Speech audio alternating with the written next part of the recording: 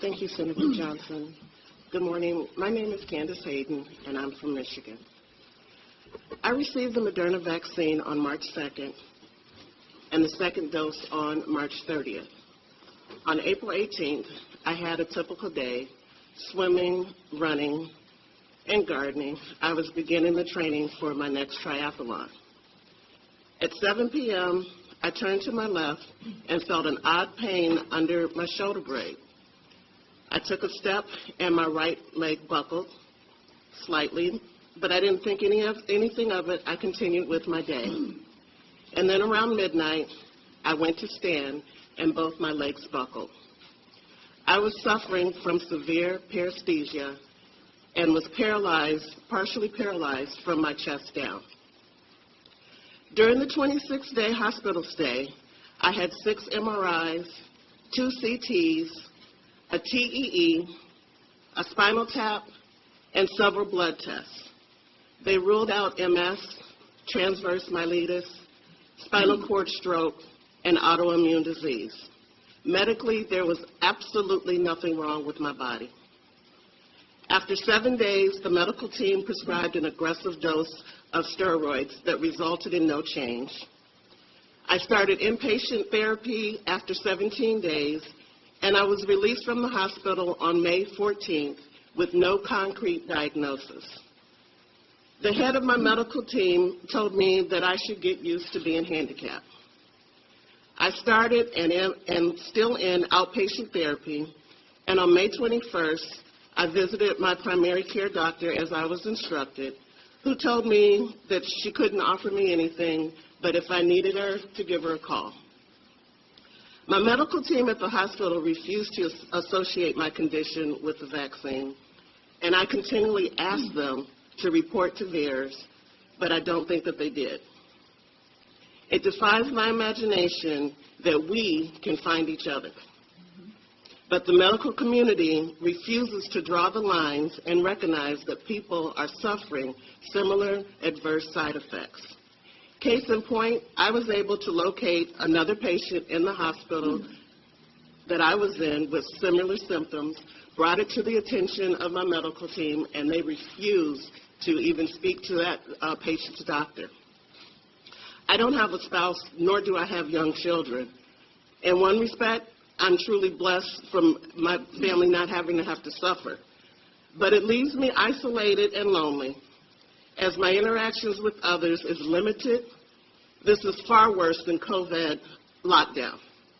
Before this, I was healthy, I was active, and self-sufficient. I fear my diminished quality of life is my new normal.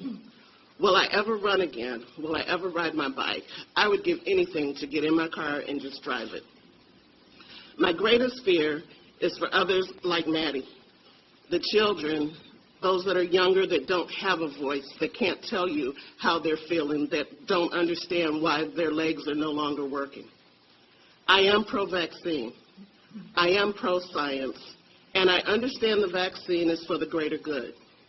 However, I also understand that we represent a small portion experiencing negative side effects. We trusted science, and we did our part.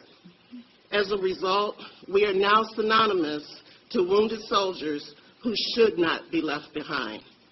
We are asking to be seen, we are asking to be heard, and we're asking to be believed. Thank you. Hi, I'm Christy Dobbs. I do really appreciate you all being here today. It means a lot to us. And Senator Johnson, Senator Johnson, thank you so much for your willingness to have us here so that my voice can be heard, but not just mine, but thousands behind me. As I said, my name is Christy Dobbs. I'm from Missouri. I am a wife and a mother of 4 children, and I have practiced as a dental hygienist for the last 17 years. And since being in such a career, I have always been pro-science and pro-vaccination. Before my vaccination, I was a healthy and active 39-year-old. I enjoyed activities outside, traveling, and crafting with my family. I also cherished my work in a very busy pediatric dental office. I was not taking any medications prior to the vaccine, and I have never had a COVID infection, and I have been tested for proof. In January, my life changed drastically. Immediately after the injection, I felt an odd tingling type dripping sensation in my arm. I had immediate heart palpitations and a feeling as if I was going to pass out. I'm so sorry. And my blood pressure reading was so high that I don't know how I didn't have a stroke. I cannot quote what it was, but as a hygienist, I take blood pressure readings on my patients before I treat them, my adult patients. And it was so high that I was scared in that moment that something was happening to me. I did eventually stabilize. They monitored me for the 15 minutes and then an extra 30 minutes after. And I did stabilize, so they went on ahead and sent me home. When I got home, I felt a little, woozy, a little dizzy. The next couple of days, I just had a headache and just kind of that feeling of unwell, all of the things that I had signed up for to get the vaccine. But it was 3 days later that my symptoms increased and accelerated. I had a sharp stabbing pain in my scapula area that was just this intermittent, like a knife stabbing pain. I had tingling and numbness throughout my body. It ran down both my arms. I also still had the heart palpitations. I had these internal vibrations. And the only way I can explain the internal vibrations is it feels like you have this little electric shock running through your body, like you're stuck in a vibrating chair, like glued into it, and it never stops, which has made me leery if I'll ever be able to practice as a hygienist again.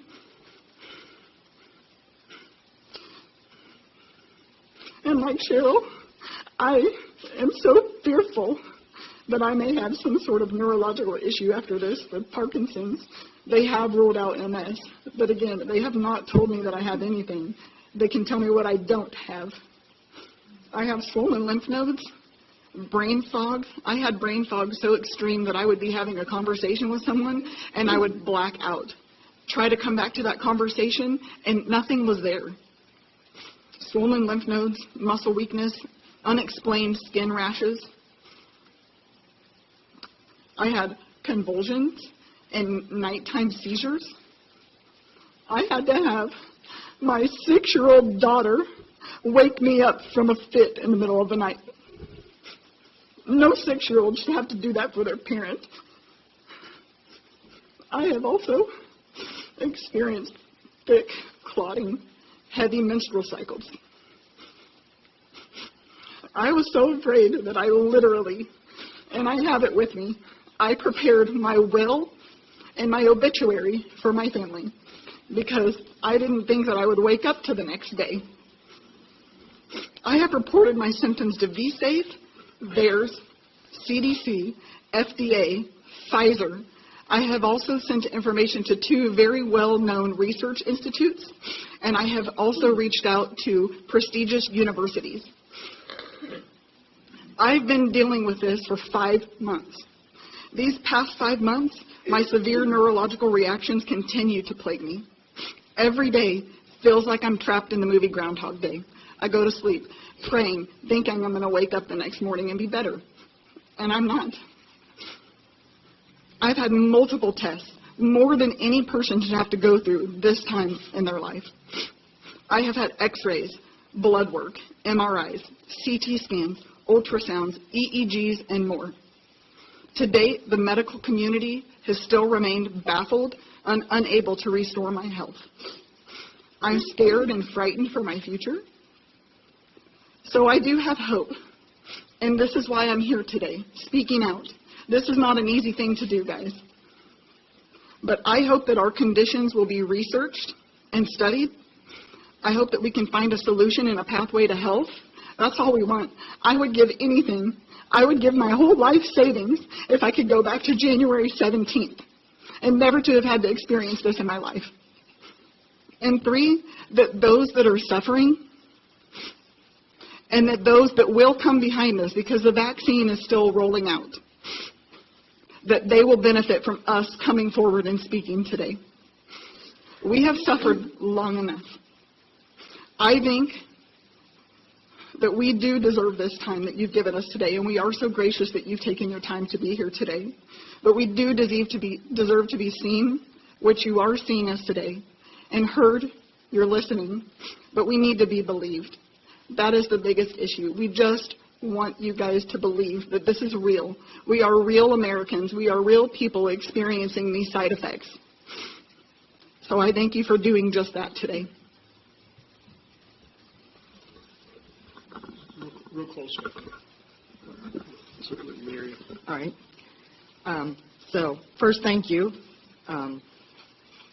Senator Johnson, for the opportunity to share Maddie's story, and to all of you for your willingness to listen. This isn't easy for me, and this has been very clearly emotional. So I'm going to read what I've written so I don't lose track.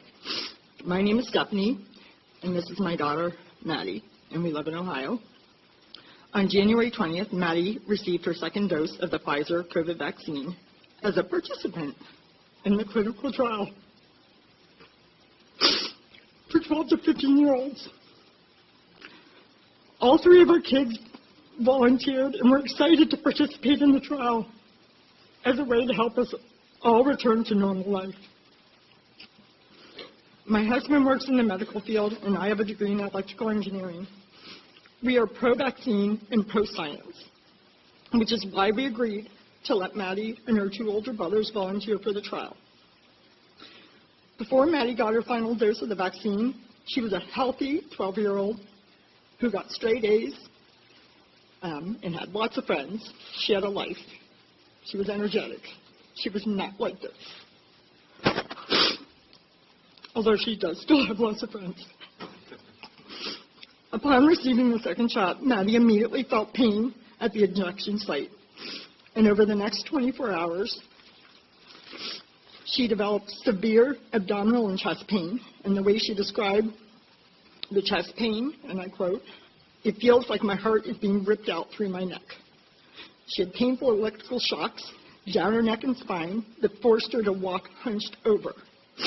She had extreme pain in her fingers and toes, and it actually made them turn white, and they were cold whenever you touched them. She had edema.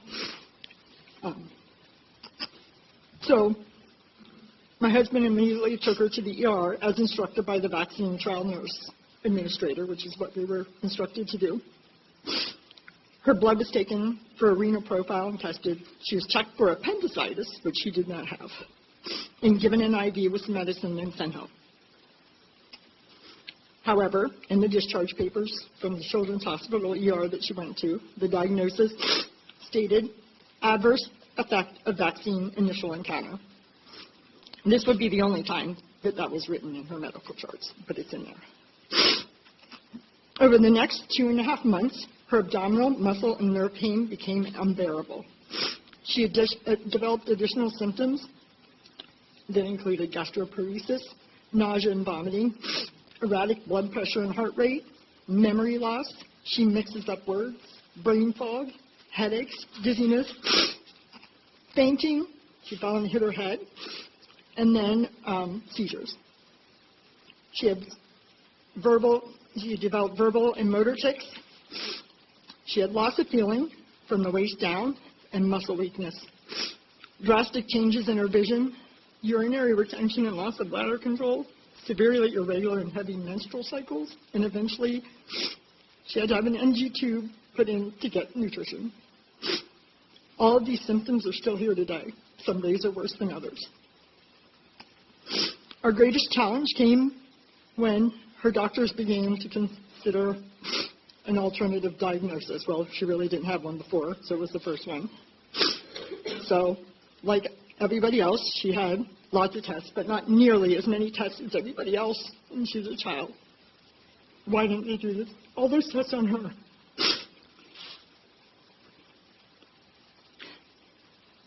Sorry. So, because they couldn't figure it out, one physician labeled her as having functional neurologic disorder,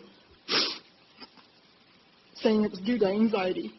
This concerned us, and we didn't agree with it because she didn't have anxiety. Look at her. I mean, what 13-year-old can sit here calmly, okay, if they have anxiety or mental issues? At one point, They even tried to admit her to a mental hospital.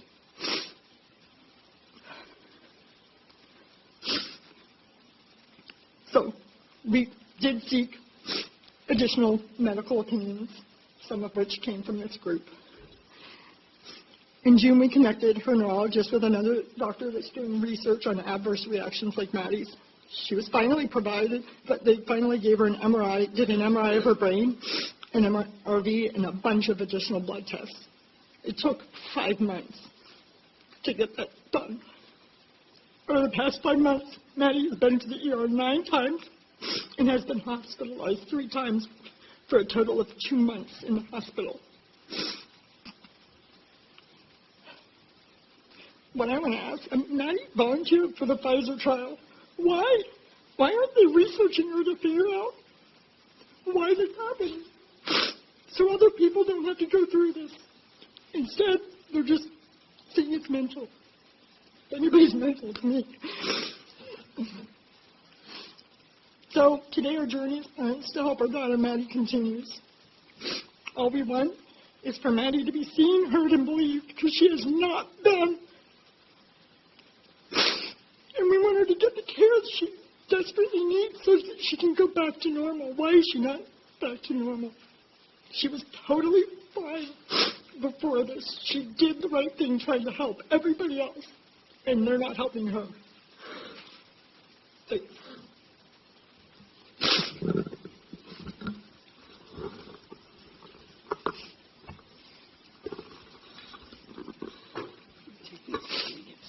Nice and close. Closer.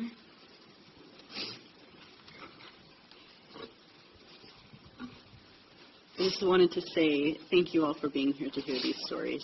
And as you can see, now I have to see your faces. We are like family. We have suffered together for so long in a way that no one understands but us. So we really do appreciate you taking your time to give us a voice, to give us this opportunity to plead our case. A huge thank you to Senator Johnson. He's been very kind and very generous with his time. I also want to say thanks to Senator Lee, my home senator, and his staff for their compassion and for taking our concerns seriously. And they're actively working with us to help us find a solution. My name is Brianne Dressen. I am a preschool teacher in Utah, and I am a mother of 2 small kids. Like everyone else here, I am a strong supporter of science, and I have always believed in the importance of vaccines. I was so confident in this that I enrolled in the Phase 3 clinical trial here in the United States for AstraZeneca. Within minutes of my first shot, I felt tingling down my arm, and by that evening, my vision had become blurry, and sound became distorted, and I developed hyperacusis, which is a sensitivity to sound. Within 48 hours, I landed into the ER, the first of many visits. My sensitivity to light and sound became so severe that I had to be confined to my bedroom alone, in darkness and silence. Even brushing my teeth was painful.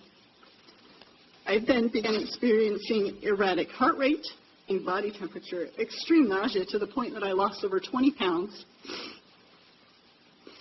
Just before Thanksgiving, I lost control of my legs and my bladder, along with my dignity. At the hospital, I was treated for a severe migraine, and when that didn't resolve anything, they told me it was anxiety. Next came the vibrations, and they were internal vibrations in my brain and all through my body. I couldn't think, I couldn't eat, I could barely breathe. This persisted 24/7 for months. I was trapped in isolation and in silence, completely overwhelmed by the sensations attacking my body. My children went days without seeing me. I missed out on months of their lives. I did not buy a single Christmas present for my kids. I thought I was dying, and after months, I wanted to die. After months of suffering alone, I found Dr. Hertz and her group. I was initially relieved to hear others like me. However, my relief turned to alarm as our numbers grew, and then it started impacting kids. All of our experiences were similar. Healthy people who became ill after receiving the vaccine, whose doctors insisted that these reactions were not really happening, that the CDC would have told them. They blamed MS. They blamed anxiety. They blamed migraines, anything but the vaccines. A new friend of mine had long haulers. Then she received the vaccine in hopes that her symptoms would improve. However, rather than bringing relief, the vaccine took what little progress she had made, leaving her severely debilitated. We talked often, many days just trying to hold on. Then I hadn't heard from her for a few days, and I get a phone call from her husband, and she had become a victim of suicide.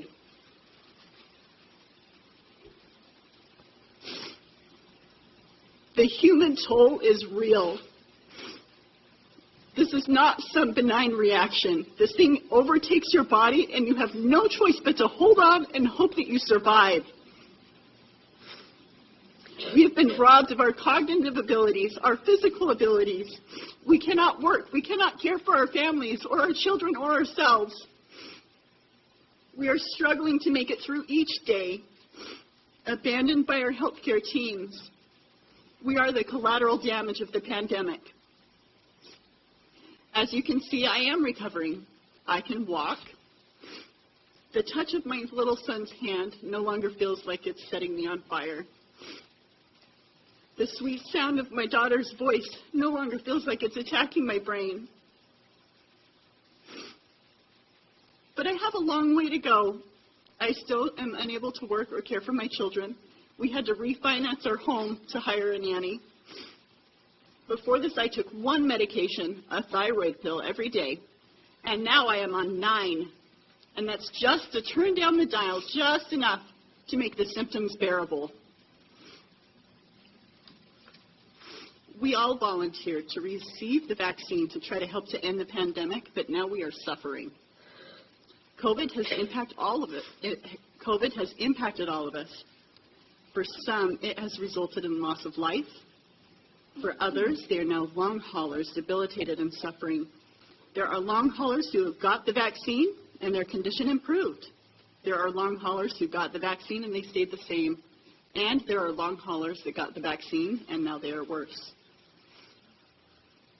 And there are some who never had COVID and are now severely debilitated and sick. This is us. We are part of the full picture. Please do not erase us. Please do not make us invisible. To the media, we need your help to start the conversation, to help us end the stigma surrounding the term COVID vaccine reaction. To the CDC and FDA, we desperately need you to communicate with the medical community what is happening. To our elected officials, we need help getting momentum for research for early intervention strategies so that when these patients do arrive in the ERs and hospitals, physicians will be equipped with the knowledge and tools to help us. To the medical community and to research institutions, please help us. Please hear us. Please believe us. Thank you.